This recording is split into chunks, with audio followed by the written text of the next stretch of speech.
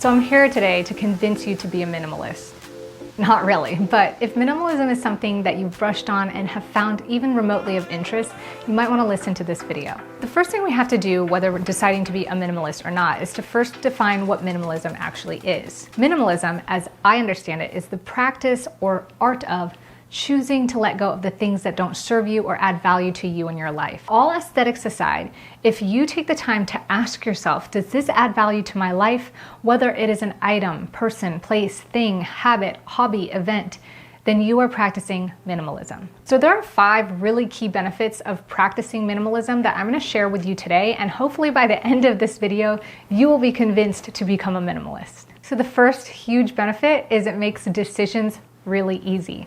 When you boil it down to, is this something that's going to add value to me, my life, my goals, my dreams, my vision, my character, then you realize that you are the ultimate decider. You get to decide what is valuable to you. You get to decide what your dreams are and what's the most important priorities in your life. The rest you can let go of. So the first time this particular idea hit me, I was shopping with my friend once. This was probably close to 10 years ago. And we were out at the store, I think it was Target, and I said, is this cute? Is this cute? Do you think this is cute? This is cute? And I would hear her say, yeah, that's cute. That looks nice. That's great. Finally, I got to one where I said, well, do you want it then? Because they don't have it in my size, but this is your size. And she said, oh, no, thanks. I don't want it.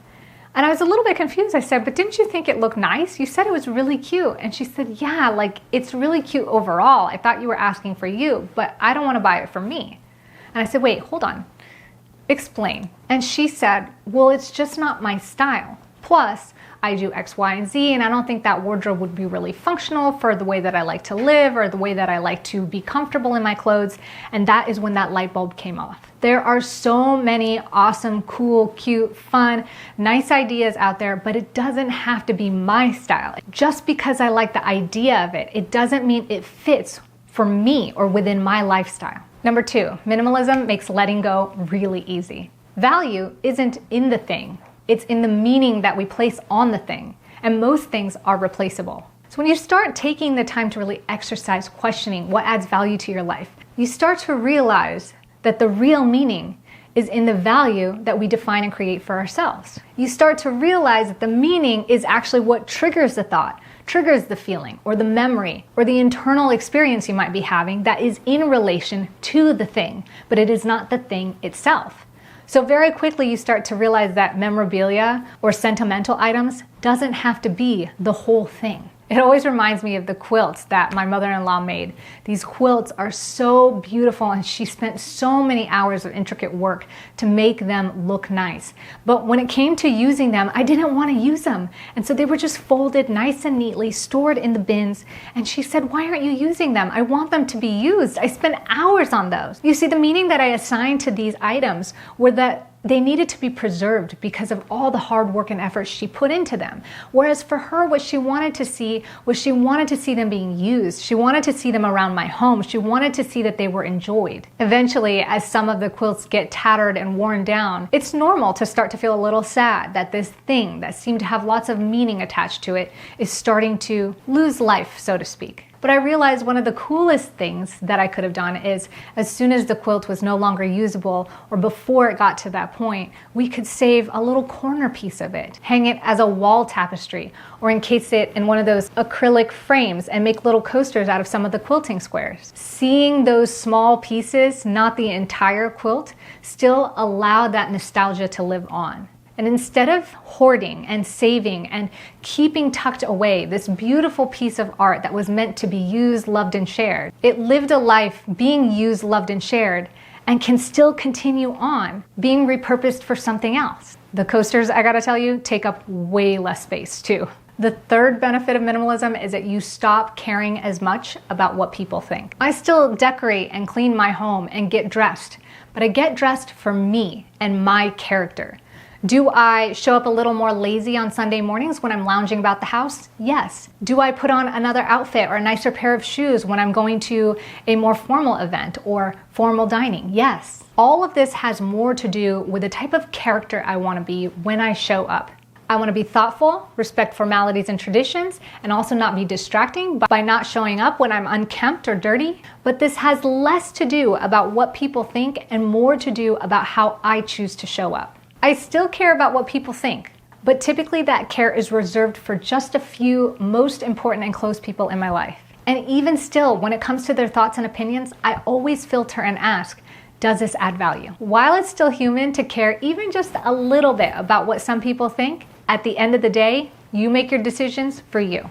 I went through such a wild time in my life trying to figure out my visual identity. When I was younger, I really wanted to be a fashionista. I tried to keep up with the trends. I didn't have enough money or care really to keep up with it all. So then I kind of went inverse and said, I don't care, and I just wore black all the time. I only had like 5 outfits and all of them were completely black. And then I eventually started acquiring clothes through companies that I worked for and clients that sent products over, and I started just dressing in whatever clothes they sent me. It didn't matter if it had colors or logos or was a funny style. I just thought, hey, it's free clothes and I don't care what people think. One day I decided that I didn't like the way I looked in the mirror and I wanted to have my own visual identity and style. So I started buying clothes that I actually liked, starting out with clothes that looked good and fit well on me, but then I also wanted things that were more comfortable. This naturally led to a road of finding high quality clothes that were actually quite a bit more expensive than the traditional clothes that I was used to wearing my whole life, but feeling a higher level of benefit and value that came into my life that I didn't even know of. Because I realized when it came to getting more expensive clothes,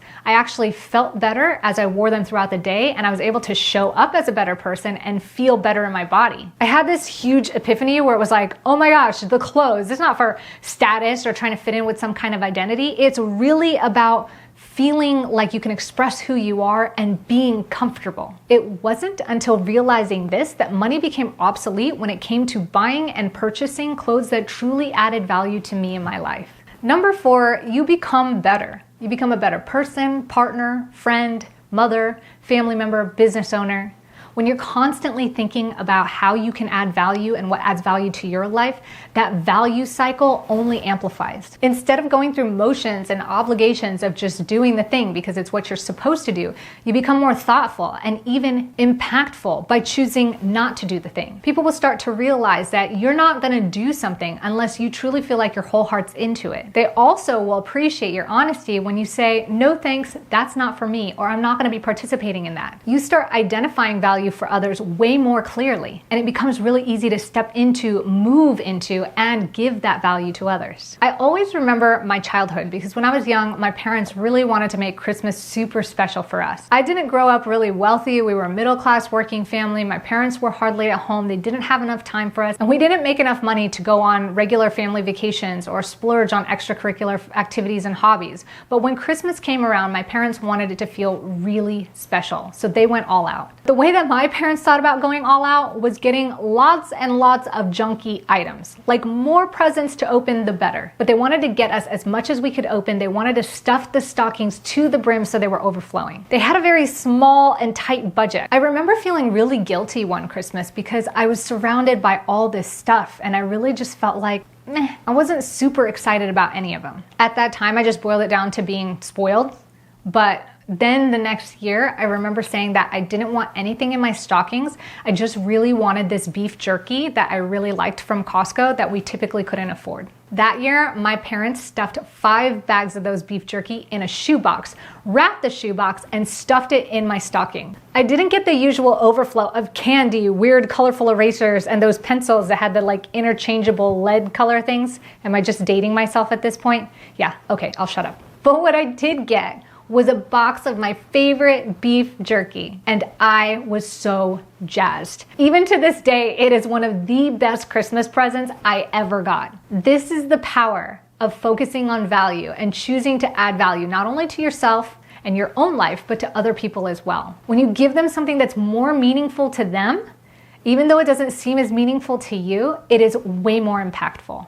So the last and 5th benefit of being a minimalist that I'm going to share with you today is that you save time, money, and energy. It makes leveling up your life a whole lot easier. I used to try to impress people, but only came off as arrogant and alienating. I used to shop a lot because I was trying to keep up with the Joneses and only ended up broke. I used to obligate myself to performance expectations because I had to show up a certain way, and then I crashed with adrenal fatigue burnout. When you're not focused on the things that add value to your life and you're just doing it just because, you're living your life unintentionally and you're not getting present in the moment with yourself, who you want to be, and how you want to live. Minimalism is the practice of promoting that. It goes beyond just your stuff. So whether or not you want to consider yourself an actual minimalist, it's all just labels and for fun. What I really want to impose on you today is to ask yourself, does this add value to your life and why? Dig deeper beyond the aesthetics of what you wear and the things that you own. Start asking yourself if your habits, the way you think, the people you choose to hang around with, are truly adding to your ability to level up your life and to be who it is that you firmly believe you were meant to be. At the end of the day, when you're living through that lens, the benefits are exponential. So let me know in the comments below, did I convince you to be a minimalist? What are some of the benefits that you've discovered when asking yourself whether or not something adds value to your life? Share, because I love hearing your thoughts, and stick around so I'll see you in the next video.